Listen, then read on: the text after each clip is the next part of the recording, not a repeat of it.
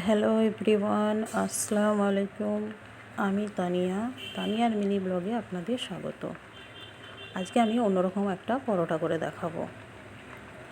এখানে আমি 2 বাটি ময়দা নিয়েছি, স্বাদ অনুযায়ী লবণ দিয়ে নিয়েছি, অল্প কালো জিরে দিয়েছি আর সামান্য সাদা তেল দিয়েছি, দিয়ে ভালোভাবে ময়াম দিয়ে নিয়েছি। আপনারা আপনাদের পছন্দ অনুযায়ী ময়দা কমিয়ে বা বাড়িয়ে নিতে পারেন। তারপর আমি অল্প অল্প জল দিয়ে ভালোভাবে মেখে নিয়েছি। এখানে ডো বানিয়ে নিয়েছি।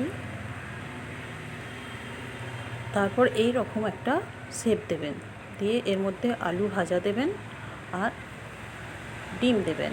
আমি আলু আগেই ভেজে রেখেছিলাম আর ডিম সিদ্ধ করে গ্রেট করে নিয়েছিলাম।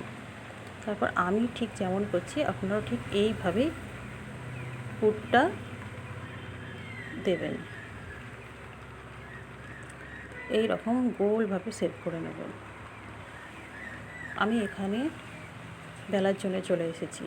অল্প অল্প ময়দা দিয়ে ভালোভাবে হালকা হাতে বেলে নেবেন, বেশি চাপ দেবেন না, তাহলে পুরটা বেরিয়ে আসতে পারে। এখানে প্যানটা গরম হয়ে গেছে, আমি পরোটাটা দিয়ে নিয়েছি।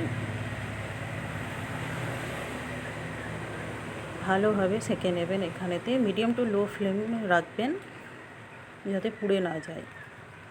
এপিট ওপিট করে ভেজে নিয়ে অল্প তেল দিয়ে নিয়েছি, দিয়ে আমার পরোটাটা হয়ে গেছে।